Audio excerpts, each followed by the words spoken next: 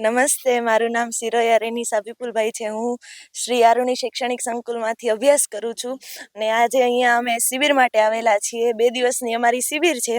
આજે અમે ખુલ્લા આસમાનમાં પક્ષીનો અભ્યાસ કરવા માટે આવ્યા છીએ. એવું કહેવામાં આવે ને કે પુસ્તકિયું જ્ઞાન તો પુસ્તકમાં જ રહે, પરંતુ આજે અમે ખુલ્લા આસમાનમાં પક્ષીઓ વિશે જાણવા માટે આવ્યા છીએ.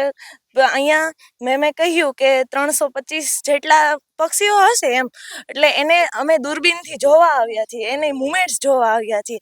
એ કઈ રીતે એની ઘરે જાય છે, કઈ રીતે એને બચ્ચાઓને પાળે છે, એને જમવાનું આપે. આપણા મમ્મી પપ્પા તો આપણને દરરોજ વાડીએ જાય, ખેતી કરવા જાય અને પછી આપણને જમવાનું આપે છે. એવી રીતે આ પક્ષીઓ પણ એની ઘર મીન્સ કે કામ કરે છે અને એના બચ્ચાઓને જમવાનું આપે છે.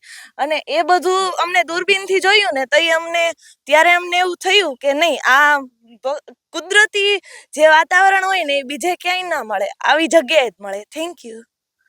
Daksha Vagasiya, range forest officer, Khijadiya પક્ષી અભયારણ્ય, marine national park, Jamnagar. Khijadiya પક્ષી અભયારણ્ય ખાતે હાલ નેચર એજ્યુકેશન કેમ્પની શરૂઆત થઈ ચૂકી છે. ત્યારે ઓલ ઓવર ગુજરાતમાંથી અલગ અલગ સ્કૂલ, કોલેજ, યુનિવર્સિટીવાળા બધા પાર્ટિસિપેટ થતા હોય છે. આ કેમ્પમાં 50 બાળકો અને 2 શિક્ષક ગણો એમાં સમાવેશ થતો હોય છે. અને આવવા જવાનું જ ખાલી જે તે સ્કૂલ ઉપર હોય છે. બાકી બધી ફેસિલિટી મતલબ કે રહેવાની, જમવાની, એને વિઝિટ કરાવવાની, બર્ડ વોચિંગ, બીજી એક્ટિવિટી હોય છે, બધું ફોરેસ્ટ ડિપાર્ટમેન્ટ કરે છે. આ કેમ્પનો શેડ્યુલ હોય છે 2 દિવસ ને 1 નાઇટ.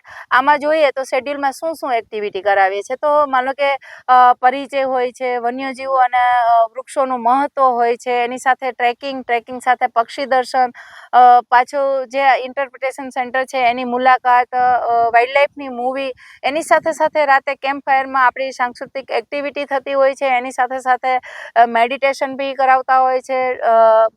અહીંની જે આર્ટ ઇકોસિસ્ટમ છે એના વિશે સમજાવતા હોય છે. અહીંની જે બાયોડાયવર્સિટી છે એના વિશે પણ નોલેજ આપવામાં આવે છે.